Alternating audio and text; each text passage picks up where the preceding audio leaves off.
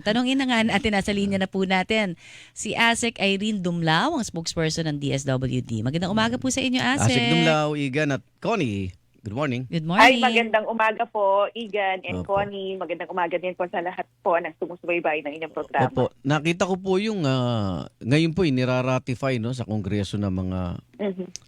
version, ang mga obserbasyon nagtaasan yung mga ayuda dito sa tinatawag na mga AIX, mga AKAP, tupad na kayo mismo sa departamento nangunguna po diyan sa pamamahagi sa ating kababayan. Sapat po ba yung mga proteksyon para Safeguards, oo. para ho matiyak na hindi magamit, sabi nga ni Mari, papogi Mm-mm. o kaya mabundat yung mga mamabatas natin na Mm-mm. ASEC Dumlao. Meron bang paraan para ma-check, ma-double check pa, triple check na hindi ito pansarili? Talagang nakakatulong sa ating mga kababayan.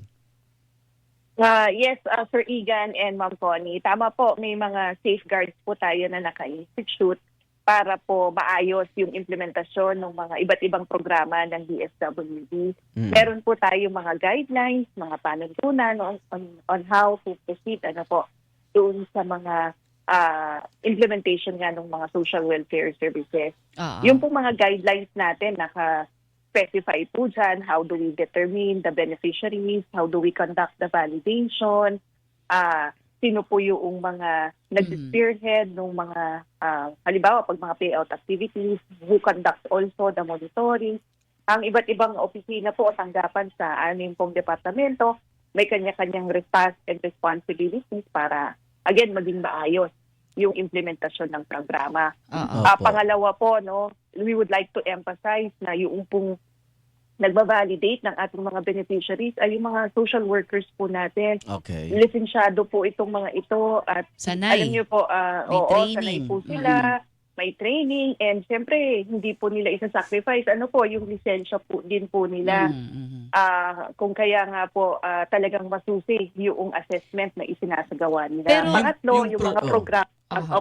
Yung pangatlo po, yung mga programa natin, may mga grievance redress mechanisms. So kapag may mga reklamo po o may hinaing o yung ating mga clients o beneficiaries, there's a mechanism na kung saan binavalidate, nagsasagawa rin tayo ng investigation and resolution on the issues that are submitted to us. Pero ma'am, ito po, syempre maya't maya nakakatanggap tayo ng mga reklamo. Paano ba yung coordination ninyo sa barangay? Kasi minsan, ang sinasabi, pag malapit kay barangay captain, di ba, doon nagkakaroon ng parang problema dahil yung mga hindi karapat-dapat na mga kamag-anak, basta malapit na kaibigan o ano ni barangay chairman o kung sino man ang nakaposisyon, yun daw ang nabibigyan ng mga ayuda.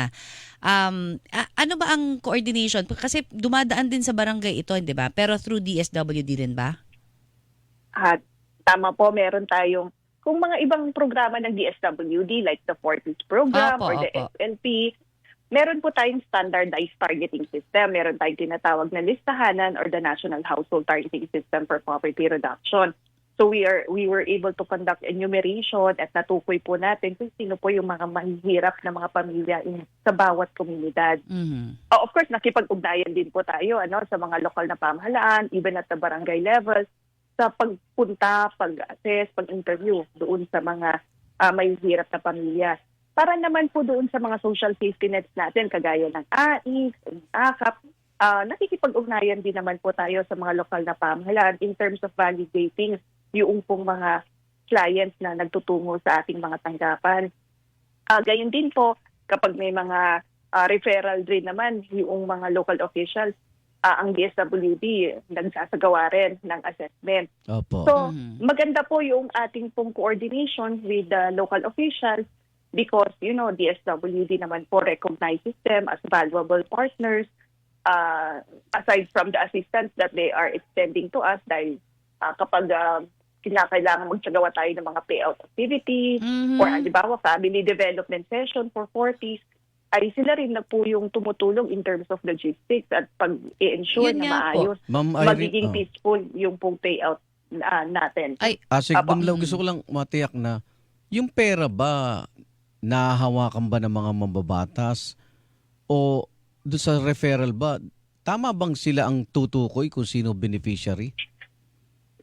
sa pagtukoy po ng mga beneficiaries, gaya po ng nabanggit ko, for the social safety net kapag po AIC, halimbawa, or AKAP, Oo. sila, may mga clients na either walk-in or may mga referral. De, May galing, mga referral. galing sa congressman. Mm. Maaari po, no, doon sa mga legislators, kasi syempre constituents po nila yon, lumalapit sa kanila for assistance, i-refer po, nagbibigay ng referral recommendation, no. But what we would like to emphasize is either walk-in ka or may referral, sumasailalim ka sa assessment ng aming mga social workers. Ini-interview po kayo ng mga social workers natin at may mga hiningi po ng mga dokumento to ascertain na wala po talaga kayong financial capability, you don't have the resources para po, halimbawa, no, i-sustain yung mga pangangailangan niyo for medical, for other needs. Okay. Ma'am, Asek, hello, Asek?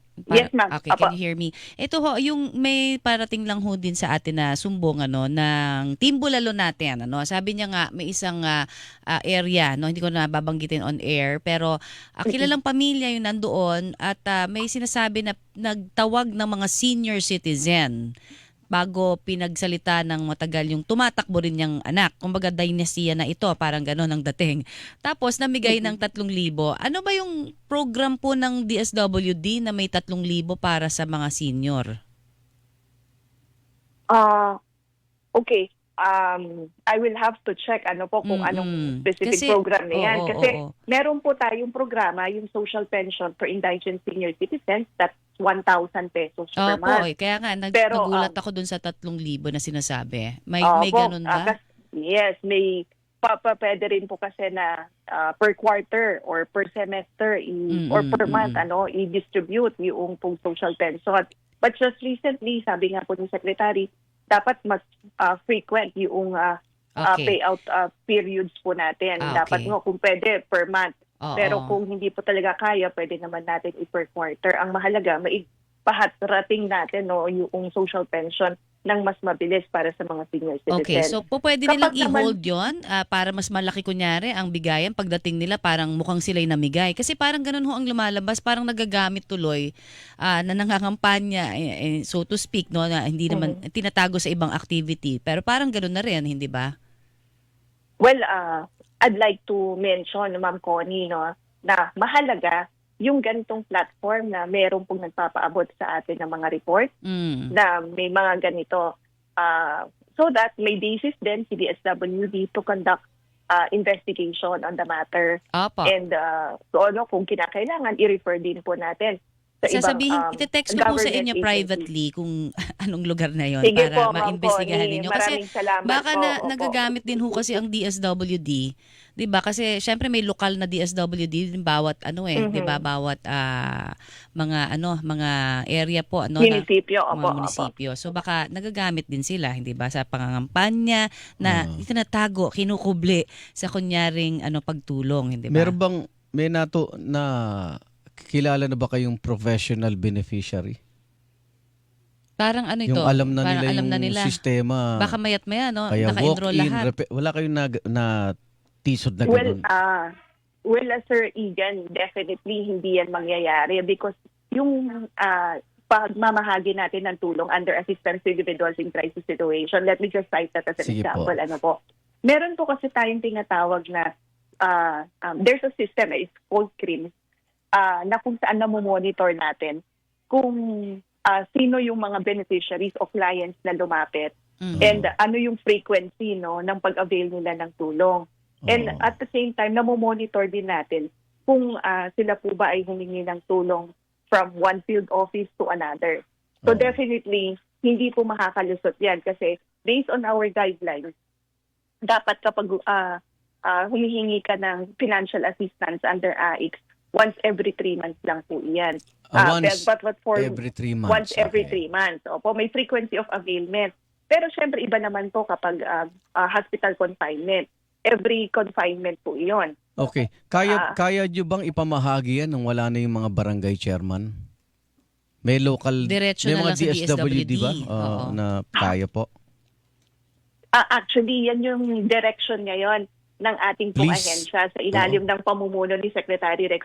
we're gearing towards digitalizing Ayun, all ang our maganda. payout Oo. activities. Oo. No, we're partnering with Kasi- Paymaya, Oo. GCash para po Diretso na. itatap na lang doon sa account po nila. At Kasi- mabawasan nga po yung mga isinasagawa natin na payout activities. Kasi ito, experience po namin, ang unang hirit po, pumunta sa isang barangay Mhm. para mamigay po ng LPG. Mm-mm.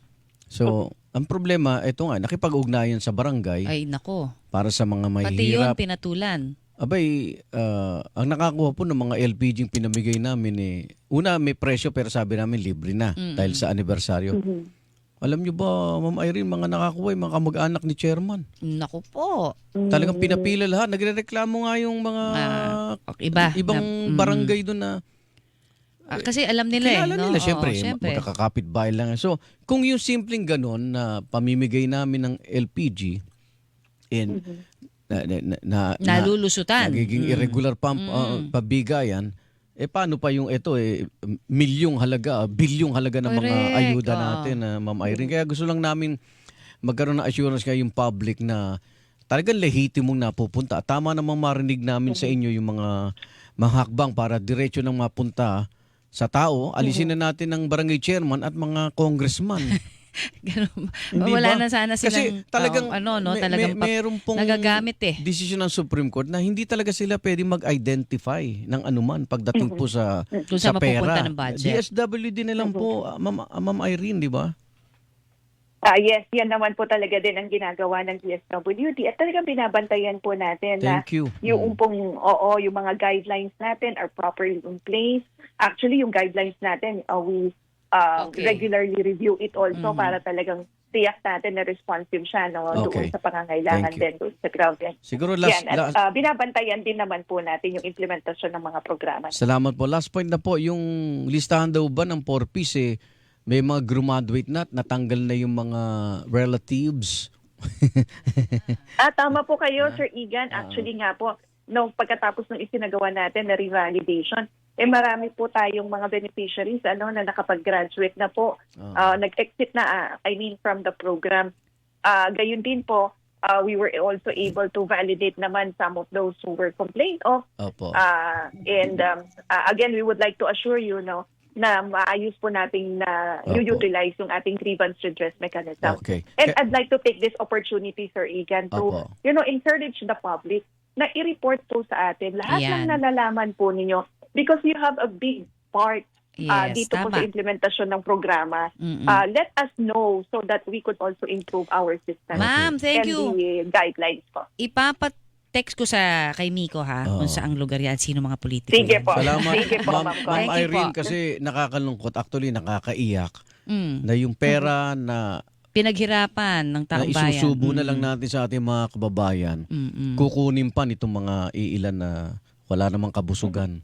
Tsaka, sana dumating yung time na wala ng ayuda, ma'am. Talagang turuan na lang natin silang magbanat ng buto. Mas ganun na dapat no? Yes. Yung for Tama po livelihood kayo. Kasi, programs.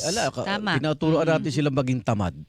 O, puro pinang-iinom pa nung iba. Hindi diba? hindi hadlang ang kahirapan para Yes, sila tama, umasenso. Yeah, but what we also would like to add, ang DSWD, my first name, my last name. First name is social welfare and the last name is development. Yes, Kaya meron po tama. talaga tayo mga social safety nets. But we're also are developing programs na para po sa ikaw mabuti, Okay. empowerment, and these are more sustainable solutions para nga po makatulong o contribute in Next reducing week, poverty. Thank you. pag-usapan Thank natin you. yan uli. Oo. Salamat po. Asik Irene Maraming Dumlao, salamat thank you. po. Maraming salamat po. Ingat, Magandang ingat. umaga Merry po. Christmas pala. Thank Ingat, you, ingat. ma'am. Merry Christmas po, Igan. At Ma'am Connie. Asek Irene Dumlao, tagapagsalita ng Department of Social Welfare and Development, 951 101. Hilingan, walang pinoprotektahan.